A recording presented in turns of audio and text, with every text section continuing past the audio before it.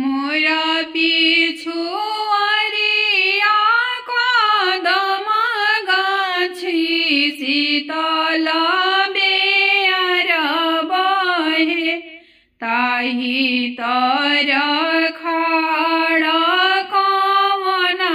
बहिनी नयना से निराढरे ताहि तर खाड़ कवन बहिनी नयना से निराढरे मरसल चढ़ल अइले कवन भैया बहिनी बतिया पूछेले काहे बहिनी कदम त खड़ भैलो नयना दूनो निराढरे काहे बहिनी कदम तरे खड़ भैलो नयना दूनो निराढरे कहम कहीं भैया दिला बतिया अवरु समुझाइनु हो हमरा नैहर भतीजा के बियाहवा नेवत नाही आवेला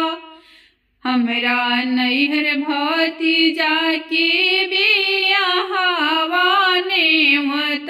नाही आवेला सासु जे बोलेली को बोलिया त गोतिनी में हनवा मारसु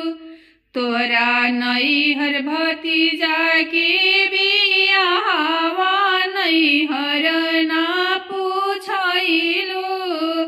तोहरा भतीजा के बियाहवा नैहर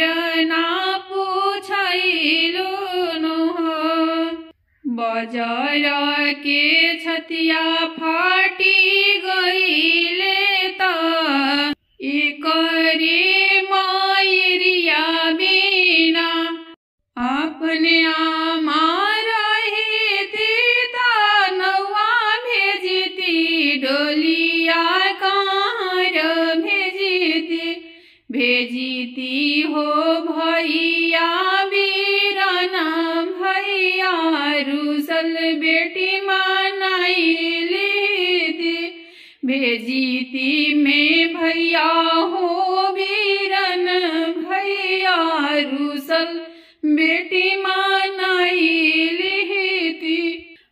हमारा भतीजा के बियाहवा त भाभी ना बोलावेले हमारा भतीजावा के बियाहवा त भाभी ना बोलावेले नेवतेली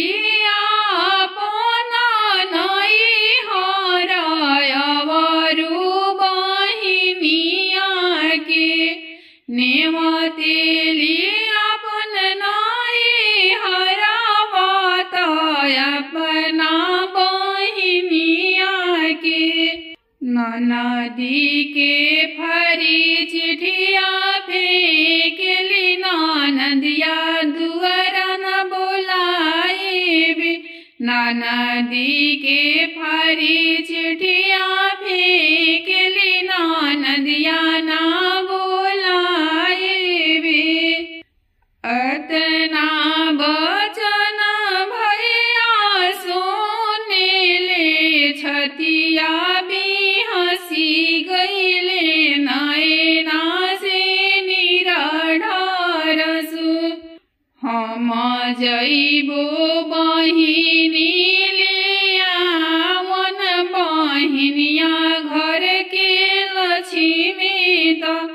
हम जइबो बहिनी लियावन बहिनिया घर के लक्ष्मी नु हो चल बहिनी हमारा ही देश तोहरा घरवा शुभ बियाह बाण भतीजा की बियाह बाणे हो। चलना हमारा ही देश भतीजवा के बियाह बाणे, भतीजा की बियाह बाणे हो। मोरा पेचुवरिया